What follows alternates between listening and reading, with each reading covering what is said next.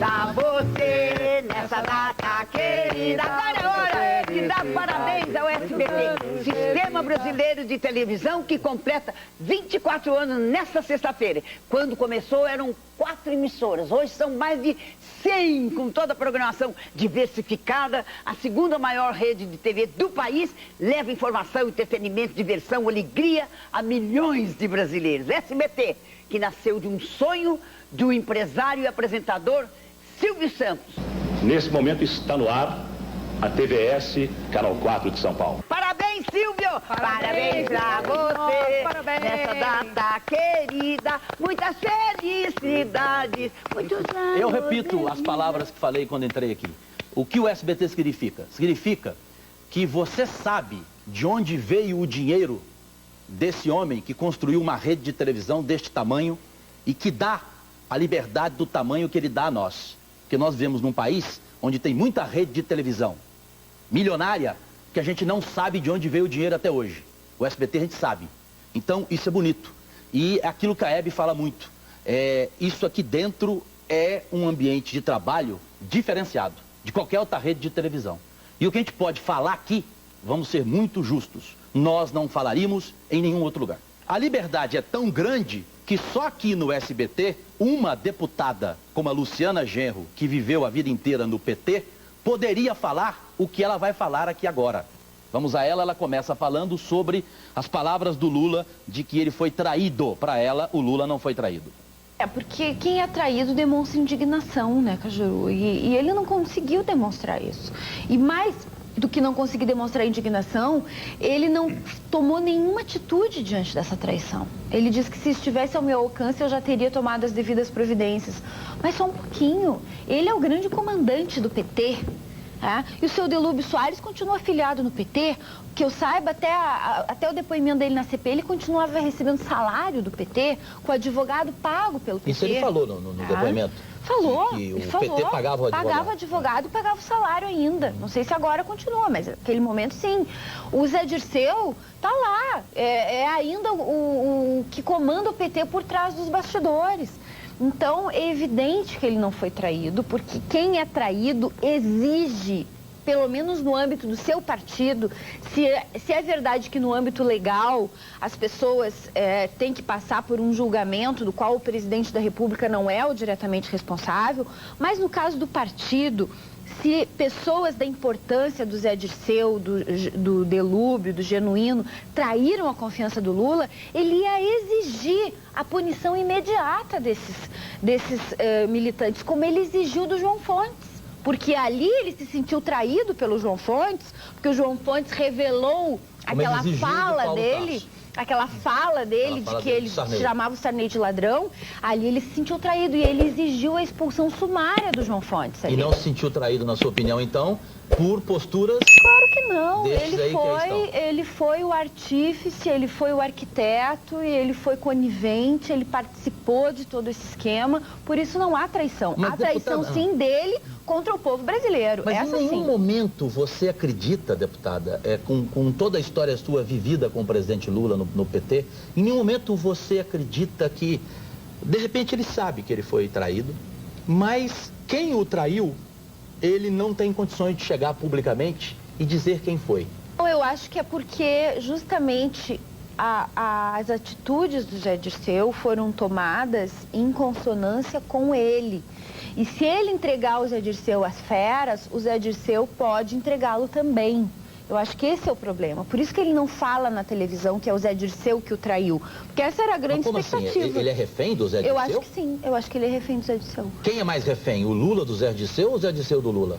Eu acho que os dois, mas nessa situação de hoje, como o Zé Dirceu já praticamente perdeu tudo, porque ele vai ser cassado, não tem volta para ele, o Lula está mais refém do Zé Dirceu, porque o Lula ainda tem o que perder. Se o Zé Dirceu abrir a boca e contar as chantagens que o Lula fez, as exigências que o Lula fez para ser candidato, ele pode cair a República. Você se refere às chantagens que você declarou aqui, que até agora ninguém havia declarado, que em 2001 o Lula as fez ao partido. Exatamente, fez publicamente ao partido e certamente fez de forma muito mais incisiva ao Zé Dirceu, exigindo que ele fosse atrás dos recursos, que ele conseguisse a qualquer preço a aliança com o PL.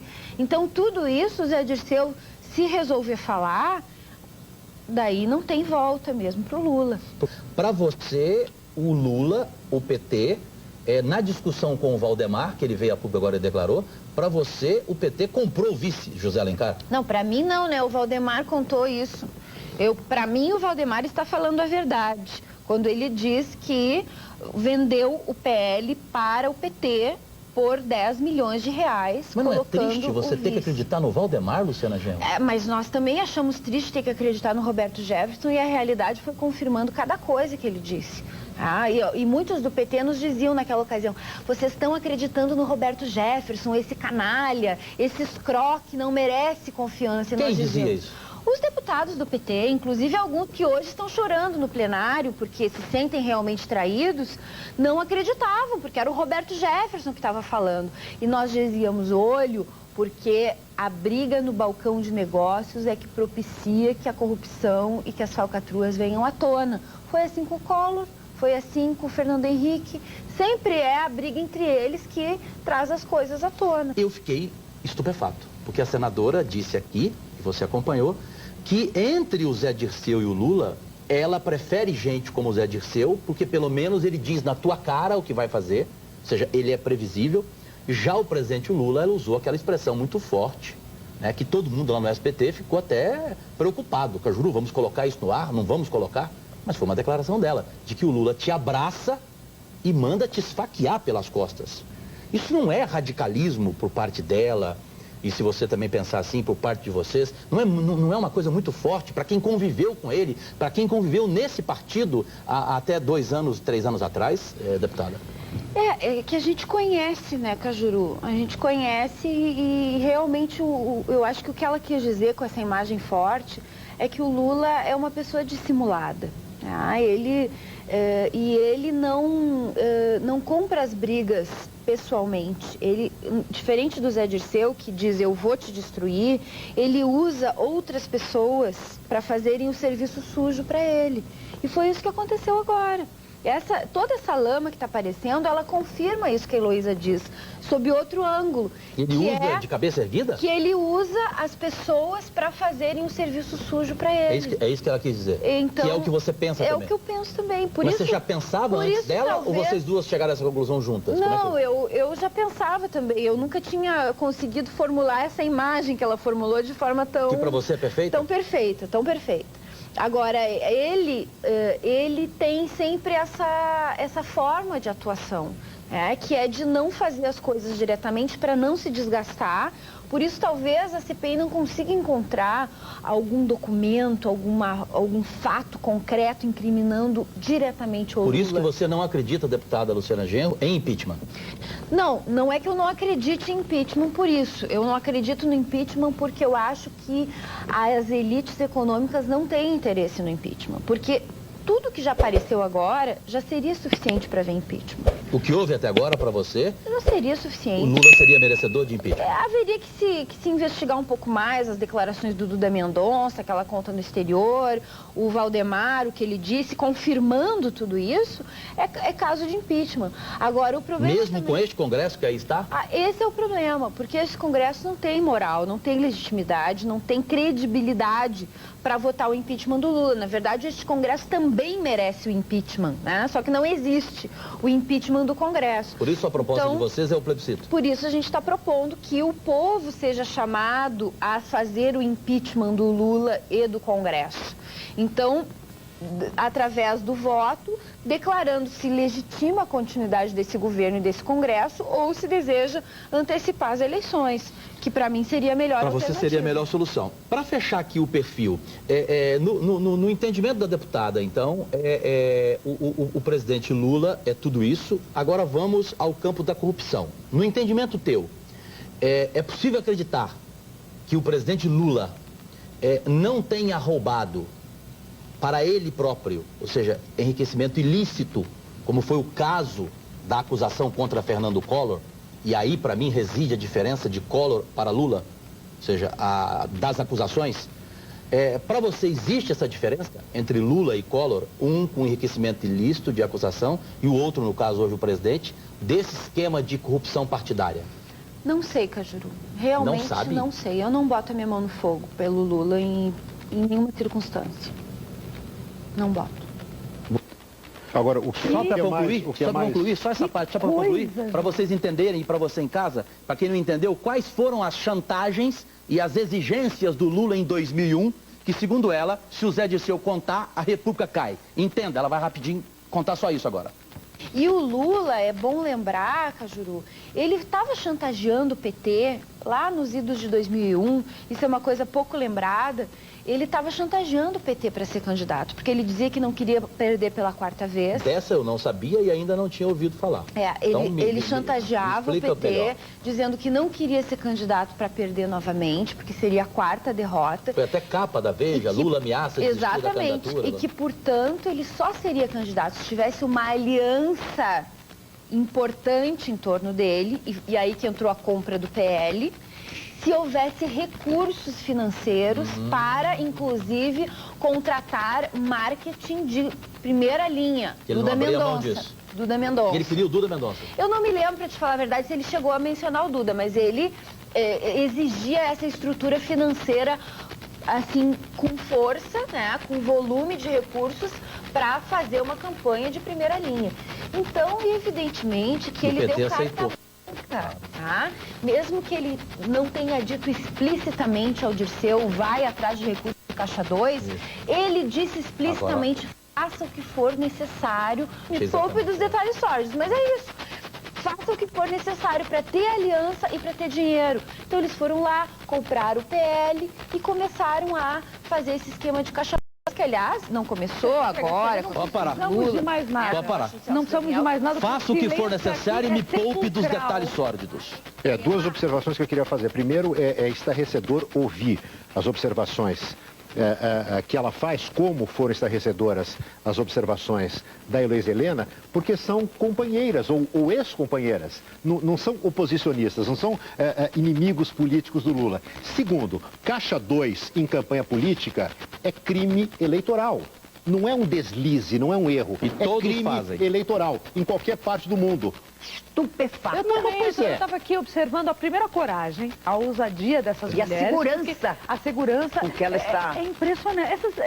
Tanto ela, como a Heloísa Helena, como a Denise Prossá, como a Zulay, enfim, as mulheres estão se posicionando de uma forma muito contundente. Brilhantes e com uma segurança. E ela é filha Você consegue contestar? do Tarso Genro, o Galisteu. Ela é filha que entrou do numa Tarso frente Genro. engraçada, né? Da saúde, da educação. Aliás, é um ótimo ministro. E o Lula tirou e colocou como presidente do PT. Isso é uma coisa que ninguém entendeu. Ninguém entendeu. Ele não consegue mandar porque quem manda é o Zé Dirceu. Ele fez um stalinismo às avessas. Mas a Adri fez uma colocação aqui brilhante. Não tem como você contestar. Não tem. Como é que você Eu fiquei assim, gente, porque ela fala com detalhes. Ela conta que em 2001 o Lula quis isso tudo, exigiu e chantageou. Ou seja, ou eu tenho essa estrutura, ou eu não vou ser candidato pela 4ª vez. Porque ele já sabia que para ganhar a eleição, ele tinha que fazer isso. Ele tinha que entrar nesse chiqueiro que todo mundo entra. Que para ser presidente da República tem que entrar no chiqueiro. 90% das pessoas não aceitaram o pedido de desculpas do presidente Lula. Cacá. Essa crise é a primeira crise política na história do Brasil online, em tempo real. A direita rouba, faz tudo, só que faz silencioso, porque os ladrões da direita, eles são silenciosos, são habilidosos, são profissionais. Pronto, falei. Muito bem. O Brasil precisa de uma terceira via. Agora eu quero falar. O Brasil precisa de uma terceira via. Eu pedi a palavra, só quero dizer o seguinte, esse governo do Lula, me desculpe, mas não foi um governo de esquerda, até porque toda a política econômica do governo Lula foi alinhada com Wall Street. Foi uma política exatamente igual à política do FHC, piorada até, porque a taxa de juros praticada por esse governo é a maior taxa de juros praticada pelo planeta. Wall Street está crescendo. Portanto, não é um governo de esquerda. E você também é uma direita também. Você também não quer ninguém de esquerda no Brasil. Você também não quer ninguém de esquerda. Eu quero. Só que é que eu trabalho com 3 direitas, 3 reacionários. Eu trabalho com 3 de raça. esquerda. Que governo de esquerda? Que governo de esquerda? Eu trabalho com graça. Que governo de esquerda? Maior taxa de juros do mundo. Maior taxa de juros do planeta. A mesma do governo de esquerda. Muito maior. Muito maior. Muito maior. Muito maior. Isso nunca aconteceu no nosso programa. Hoje está acontecendo. Eu não sei nem o que Traz o remédio pra ele. Traz o remédio.